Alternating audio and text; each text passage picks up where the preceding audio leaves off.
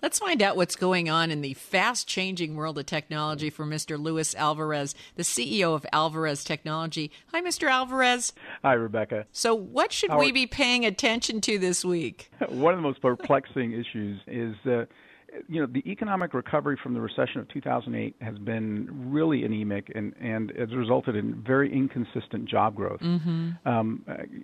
We heard the job numbers today, and in fact, many pundits have started calling this the great jobless recovery, because if you look back at past recessions, job growth after they've ended has been pretty robust and steady. I'm not an economist, mind you, and I don't even play one on the radio. And I'm sure there's plenty of theories out there that explain the lack of jobs, but I am a technology expert, and I'm seeing a definite negative impact that computerized hiring systems have had on job seekers. And quite frankly, the numbers bear me out. Today we learned that we have 14 million people unemployed and underemployed, yet there are almost 4.5 million job openings out there. And according to a study by the staffing firm Manpower Group, over half of employers claim that they can't find qualified workers. That's a serious disconnect.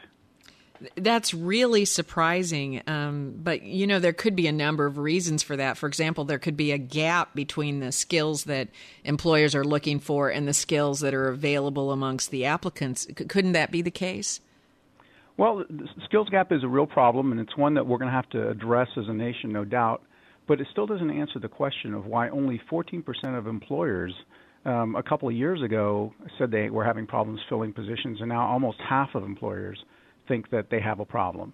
And I think one of the big reasons is the explosive growth of computerized applicant tracking systems that most companies use today to screen job applicants. A task that used to be handled by people not that long ago. Somebody in HR would look at the resumes, but now we're using computers to do that task. To actually screen every applicant, the computers are doing that.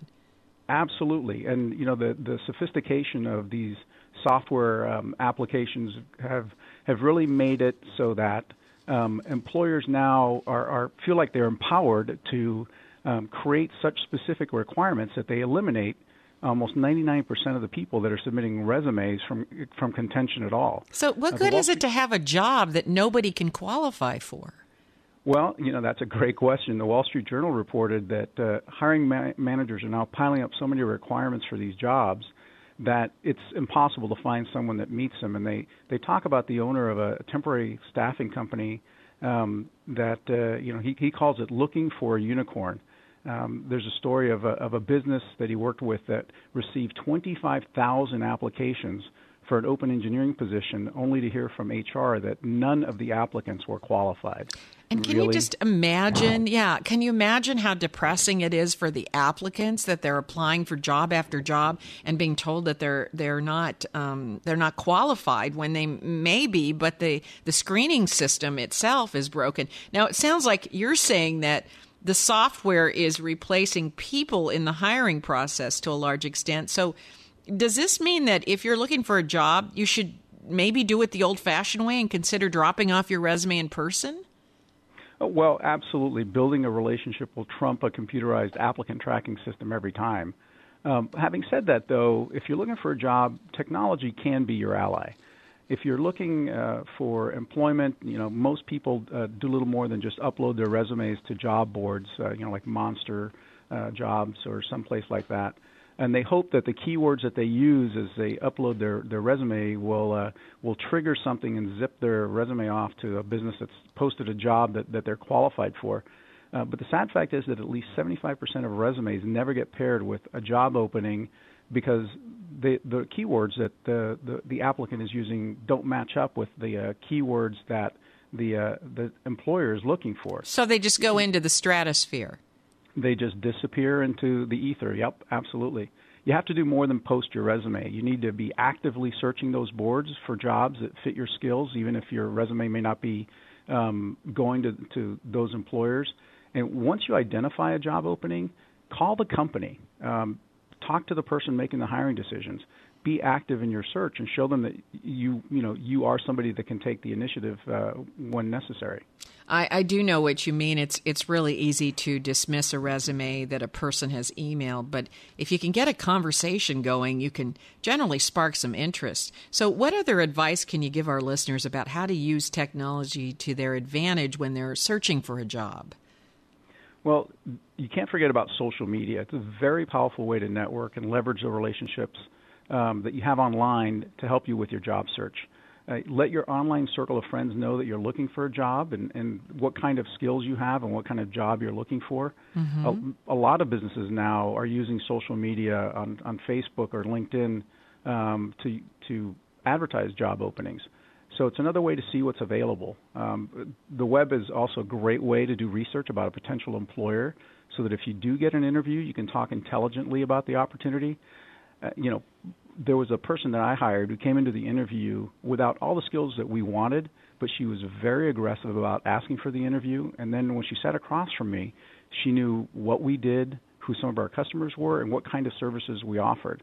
And she was able to use that information to personalize the interview, telling me that what she could do to help my business and what value she was going to provide for us. And so, of course, I hired her. Well, yeah, she used the internet to do research, so she was very well prepared to speak with you. Recently I listened to a human resources manager who said that the company wasn't that interested in resumes anymore, that they were requiring all applicants to make a YouTube video on why they were the best candidate for the job.